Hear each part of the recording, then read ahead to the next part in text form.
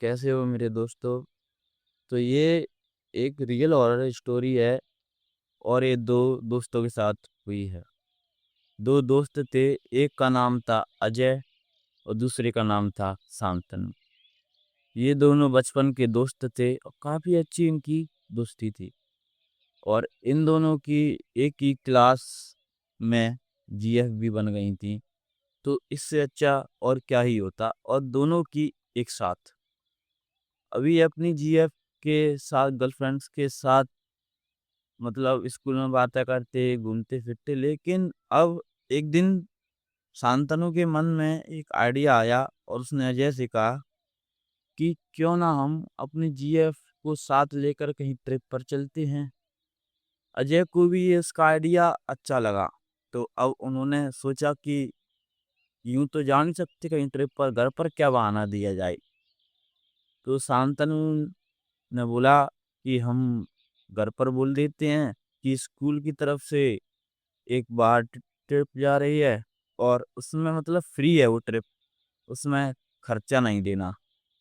क्योंकि हम Indians middle class लोगों की क्या है कि अगर फ्री जा रहे हैं ना तो एक बार वो बच्चों को भेज देंगे, लेकिन बात अगर पैसों की आती है तो फिर दिक्कत करते हैं वो भेजने में। इसलिए उन्होंने सोचा कि हम फ्री की बोल देंगे तो ज़्यादा नखरेबाजी नहीं होगी और मतलब जाने दिया जाएगा। उसकी उनकी जीएफ ने भी अपने घर पे ही बोल दिया कि स्कूल की तरफ से फ्री ट्रिप जा रही है और यहाँ अजय और शांतनु ने भी बोल दिया था स्कूल की तरफ से फ्री ट्रिप जा रही है। अब ये दोनों अजय और शांतनु और उनकी जीएफ तैयार हो हुआ के अपने घर से पैकिंग कर करा के और ये निकल जाते हैं ट्रिप के लिए। और ये अपने घर से निकल के ये एक बस स्टैंड पर आते हैं जहाँ रोडवेज सरकारी बसें चलती हैं, रोडवेज बसें चलती हैं। वहाँ कर ये खड़े हो जाते स्टैंड पे। 11 बजे इनकी बस आने वाली थी। अब वहाँ इंतज़ार करते हैं। 11 बज जाते हैं तभी बस आती है, लेकिन बस सरकारी बस का तो आपको पता है ऐसे खड़खड़ा रही है। खड़, खड़, खड़, खड़, खड़, खड़, खड़, खड़, खड़, ऐसे खड़खड़ाती रहती है ना सरकारी बसें। अब ये वहाँ से बस रुकती है और ये चारों उस बस में बैठ जाते हैं। अंदर जाकर ये बस में देखते हैं कि सिर्फ 4-5 सवारी थी, ज़्यादा सवारी नहीं थी इसमें और ये भी वहाँ जाकर बैठ जाते। ये वो सवारी आगे ही बैठी हुई थी, लेकिन ये बिल्कुल पीछे जाते हैं। जो बिल्कुल पीछे की सीट होती है, यहाँ से यहाँ पे सीट होती है, ऐसे 2-2 बैठ सकते हैं पार्टीशन में, लेकिन इन चारों को साथ में बैठना था। तो ये बिल्कुल पीछे वाली सीट होती है ना, बिल्कुल लंबी वाली, उस पर जाकर बैठ जाते हैं ये। अजय अपनी जीएफ के साथ बैठ जाता है और ये अपने जीएफ के साथ बैठ जाता है।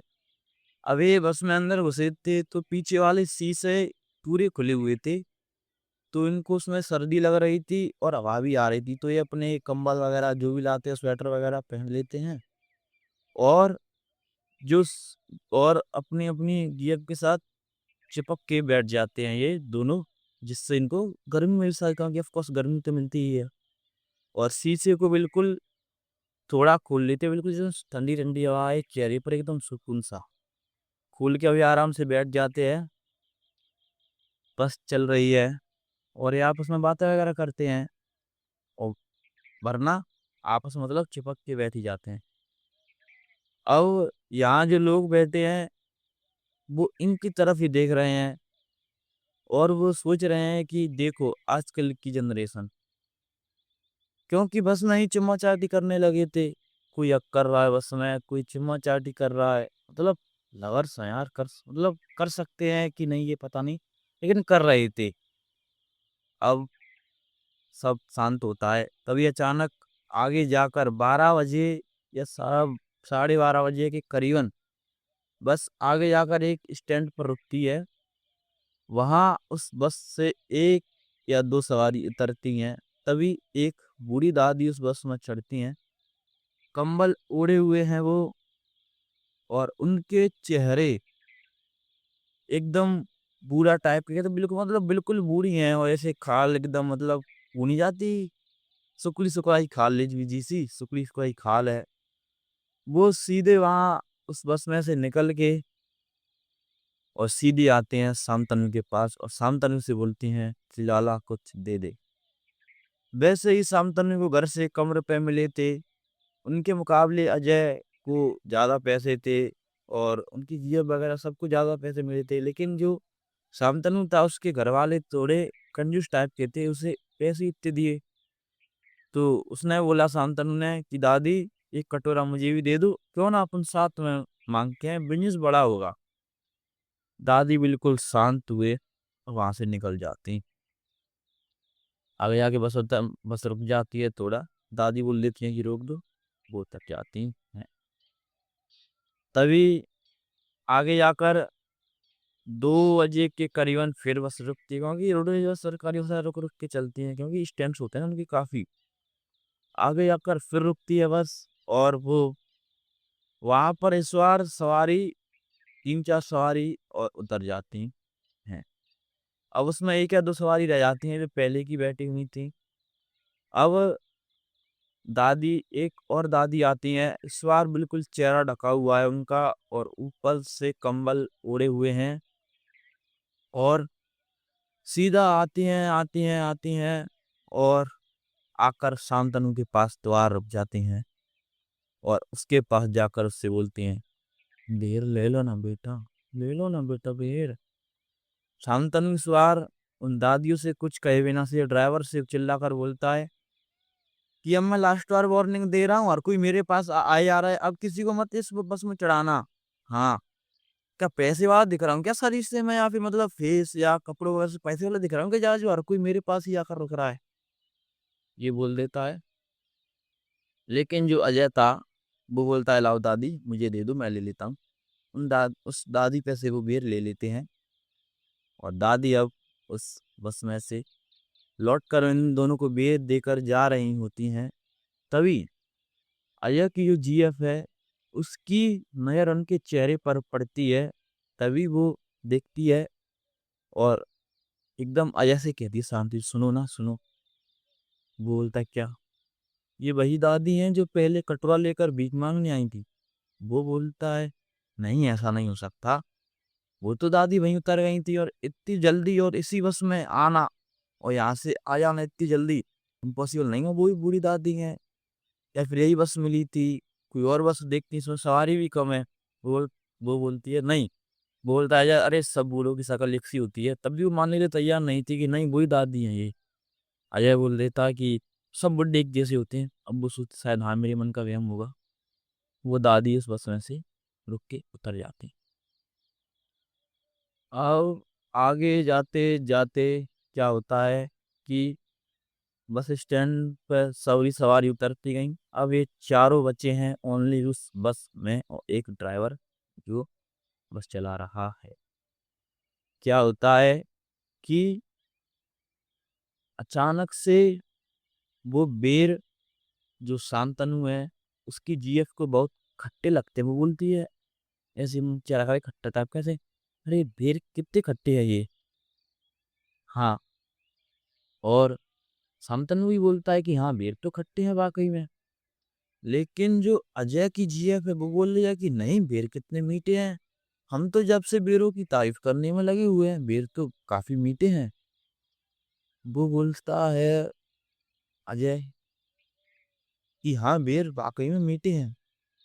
अब ये बोलते हैं कि बेर तो एक ही दादी से लिए थे, लेकिन ये हमको खट्टे तुमको मीठे क्यों लग रहे हैं। वो आपस में बेर को चेंज करते हैं, तब खाते हैं, तब भी वही सेम टेस्ट। जिसको खट्टे लग रहे थे पहले उसको खट्टे ही लगते हैं, जिसको मीठे तो वो मीठे। वो बोल देते हैं नहीं ऐसे कोई भी बेर ही होता होगा, हम खा रहे हैं वो बेर मीठे हों, और जो मतलब पर्टिकुलर बेर के ऊपर डिपेंड करता है खट्टा है मीठा है ऐसा हो रहा हुआ, उस बात को इग्नोर कर देते हैं।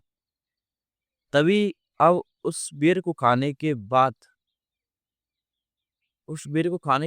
तुरंत बाद ही उस उनकी जीएफओ को नींद से आने लगती है, बहुत तेज नींद आने लगती है, और वो अब सो जाती हैं। यहाँ शाम का मतलब रात का 3 से 3:30 बजे का समय हो गया था। तो यहाँ उसको भी सर्दी लग नींद आ रही थी। अजय और शांतनु को तो वो भी अपनी अपनी जेब से ऐसे बस सिर वगैरह घुसाकर चिपक के सो जाते हैं, और शांतनु भी सो जाता। तभी अचानक अजय की जीएफ की नींद खुलती है एक बच्चे के रोने के शोर से। वो अपनी आंखें खोलकर देखती है तो एक दादी टाइप की बैठी हुई है सोल ओढ़ के, और उनके हाथ में एक बच्चा है छोटा, और उनको देखकर लग रहा है कि ये काफी उम्र की हैं, और वो उस बच्चे को सुला रही हैं ऐसे। एकदम कर्कश सी आवाज है उनकी। हो जा लल्ला, हो जा मेरे प्यारे लल्ला, सो जा, ऐसे कर्कश सी ध्वनि है उनकी। वो इस बात को इग्नोर कर कर फिर सो जाती है। लेकिन अब क्या होता है, उसे अजय की जीएफ को ऐसा फील होता है कि उसके यहाँ आंखों से कोई फूंक मार कर गया हो। उसे भी ये काफी अजीब लगता है और एकदम अचानक से आंखें खुलती है तो वो देखती है कि वो दादी अब फर्स्ट सीट पर बच्चे को सुला रही थी, अब वो थर्ड सीट पे आ जाती है, तीसरी सीट पे। अब वो सोचती है कि ये दादी यहाँ कैसे आ गई, अचानक वहां थी। वो बोलती है कि ये दादी, सॉरी, वो बोलती है कि दादी अभी ये वहां थी, अभी ये अचानक यहाँ कैसे आ गए, और मैंने अभी थोड़ी देर पहले ये आंखें बंद की हैं, अचानक से ऐसे तो आ नहीं सकता। या फिर ऐसे कि मैंने आंखें बंद की और दादी जल्दी से चल तो बैठ जाती, इसने आंखें बंद की हैं, ऐसा तो नहीं हो सकता। तब भी वो सोचती है कि एक फर्स्ट सीट और थर्ड सीट में ज्यादा गैप नहीं हो रहा, सोचती है कि नींद में शायद कोई इल्यूजन हो गया होगा तो मैंने गलत देख लिया होगा, दादी अपनी तीसरी सीट पर ही है। फिर वो आंखें बंद कर लेती है। लेकिन अब बच्चे की रोने की आवाज तेज आ रही है थोड़ी, और सुलाने की आवाज भी तेज आ रही है, और उसकी आंखों के यहाँ से फिर कोई दोबारा ऐसे ठंडी सी फूंक मारकर जाता है। इस बार वो तुरंत फिराक खोलती है तो इस बार दादी छठवीं सीट पर है, और छठवीं सीट जस्ट उनसे पहली सीट थी। ऐसे वो लास्ट वाली सीट पे है तो उससे पहली सीट छठवीं ही है। अब वो दादी बच्चे को हाथ में पकड़ी हुई है, लेकिन अपनी गर्दन ऐसे 90 डिग्री घुमाकर उसकी तरफ देख रही है एक टक। ये सब नजारा देखते ही अजय की जीएफ एकदम चिल्लाती है, तो अजय शांतनु वगैरह सब जाग जाते हैं। इतना होते ही वो दादी उन चारों की तरफ एक टक देके जा रही है 5-6 सेकंड के लिए, फिर एकदम उठती है, जाती है, चलती है, उसमें धड़ाम कूद जाती है।